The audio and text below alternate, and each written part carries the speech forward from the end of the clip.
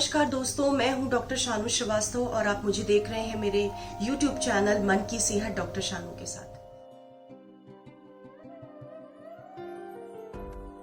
मेरे कई एपिसोड ऐसे रहे जो कि ग्रीफ पे आधारित थे, जो गिल्ट पे आधारित थे, लेकिन आप लोगों की बहुत सारे मेल्स भी आए। मैं आप सबका शुक्रिया करना चाहती हूँ उन मेल्स के लिए। आपने अपने मन की बातें मेरे साथ शेयर करी। बहुत लोगों के कमेंट्स थे जिनमें उन्होंने अपने इमोशन को मेरे साथ शेयर किया। तो सबसे पहले धन्यवाद इस बात का कि आपने मुझे इस लायक समझा कि अपने मन की बातें जो शायद आपने कहीं नहीं बोली होंगी, जो किसी से नहीं बोली होंगी, वो आपने मेरे साथ शेयर करी है। लेकिन आपकी बातों में एक चीज़ ऐसी निकल कर आई है जो मुझे बहुत ज़्यादा तकलीफ दे रही है, बहुत ज़्यादा दुख दे रही है।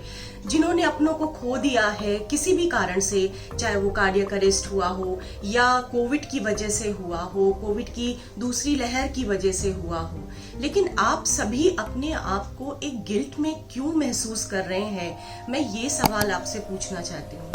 काफ़ी लोगों ने कहा कि मैं शायद अपने पारिवारिक लोग जो चले गए उनका इलाज ऐसे कराता या वैसे कराता, यहाँ ले जाता या वहाँ ले जाता, या सही समय पे कर लेता, या शायद इस अस्पताल नहीं दूसरे अस्पताल चले जाते, या तुरंत हम प्रॉम्प्ट रिप्लाई करते। तो कुछ ना कुछ ऐसी चीजें हैं जो आप लोग के दिमाग में चल रही हैं, जो आपको गिल्ट में डाल रही हैं, और आप सब अपने आप को इस गिल्ट के बोझ से दबा हुआ महसूस कर रहे हैं। मैं आप सबको यही बताना चाहती हूँ कि जीवन और मृत्यु हमारे बस में नहीं है। मैंने पिछले भी कई एपिसोड में आपको ये बात बताई है, लेकिन फिर भी अगर आप सब अपने आप को इस गिल्ट में महसूस कर रहे हैं तो आज किसी एक छोटी सी ट्रिक के बारे में हम बात करेंगे।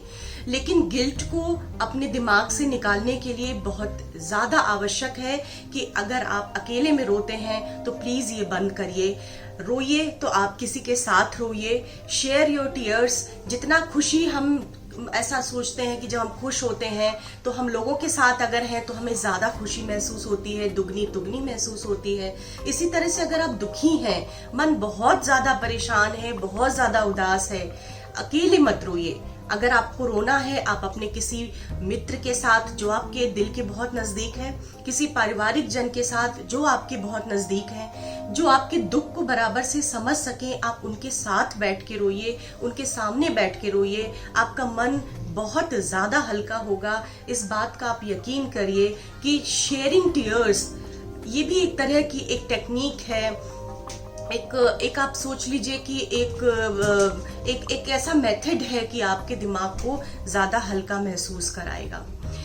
काफ़ी लोग ऐसे हैं जिनके बहुत पुराने मैसेजेस चल रहे हैं और वो 4 महीने 5 महीने हो चुके हैं, लेकिन अभी तक भी अपने आप को गिल्ट से निकाल नहीं पाए हैं। वो हमेशा अपने जो पारिवारिक लोग चले गए हैं उनके लिए खुद को जिम्मेदार महसूस कर रहे हैं। आप कैसे जिम्मेदार हो सकते हैं उनकी मौत का, जो आपके सबसे नजदीक थे, जो आपको सबसे ज्यादा प्रिय थे, जिनके एक एक सांस के लिए आपने भगवान से दुआएं मांगी होंगी, अल्लाह से दुआएं मांगी होंगी। लेकिन अगर लोगों के साथ रोने के बावजूद भी आप इस गिल्ट से नहीं निकल पा रहे हैं और अपने प्रियजन के जाने का जिम्मेदार खुद को मान रहे हैं, और वो गिल्ट ना आपको रात में सोने दे रहा है, ना दिन में आराम दे रहा है, कहीं भी आपको चैन नहीं मिल रहा है, तो एक छोटी सी आज टेक्निक के बारे में बात करते हैं। अब जब से सोशल मीडिया या मोबाइल या सारी चीज़ें इंटरनेट हो गई हैं, हमने चिट्ठियां लिखनी बंद कर दी हैं। हम बात नहीं करते, हम चिट्ठी नहीं लिखते।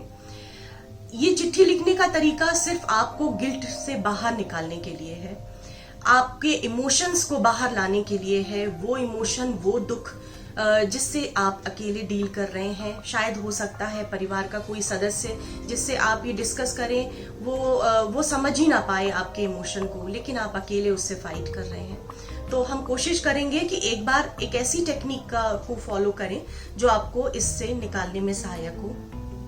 आप जो आपके प्रियजन चले गए हैं, आप उनके नाम एक चिट्ठी लिखिए। आप एक पेपर पे उनके नाम बाकायदा जैसे चिट्ठियां लिखी जाती हैं उस तरह से लिखिए। आपके दिमाग में जो भी इमोशंस आ रहे हैं, गिल्ट के जो इमोशन आ रहे हैं, जो आपको लगता है कि आप नहीं कर पाए। काफी लोगों ने ये भी कहा कि मैं उस समय ये बात करना चाहता था, या मैं ये कहना चाहता था, मैं नहीं कह पाया। वो सारी चीजें आप लिखिए। जब हम अपने इमोशन को शब्दों में पिरोते हैं, लिखते हैं पेपर के ऊपर, तो हमें हल्का महसूस होता है। तो आप एक चिट्ठी लिखिए अपने उस प्रियजन के नाम, जो चले गए हैं आपको छोड़ के, और जिनकी वजह से आपको गिल्ट महसूस हो रहा है। जब आप उस चिट्ठी को पूरा लिख लेंगे, हो सकता है लिखने के दौरान आप बहुत रोएं, आपको बहुत रोना आए, बहुत ही ज्यादा दुख महसूस हो। ये अच्छा है, ये एक तरीका है अपने इमोशंस को बाहर निकालने का। उसके बाद आप उस चिट्ठी को, आपको कुछ नहीं करना है, उसको फाड़ना है और डस्टबिन में फेंक देना है। लेकिन आप यकीन मानिए आपको बहुत हल्का महसूस होगा। ये कोई एक दिन की प्रक्रिया नहीं है। अगर आपको लगे कि एक बार करने से मुझे राहत नहीं मिलती है, तो आप नेक्स्ट डे फिर कर सकते हैं, या फिर कोई गिल्ट का थॉट आ रहा है तो आप दोबारा करिए। लेकिन ये आपको ज्यादा राहत देने वाला है, ज्यादा आपको इससे आराम मिलेगा, और आपके सारे वो इमोशन जो आपको परेशान कर रहे हैं, गिल्ट महसूस करा रहे हैं, आप उससे बाहर निकल पाएंगे।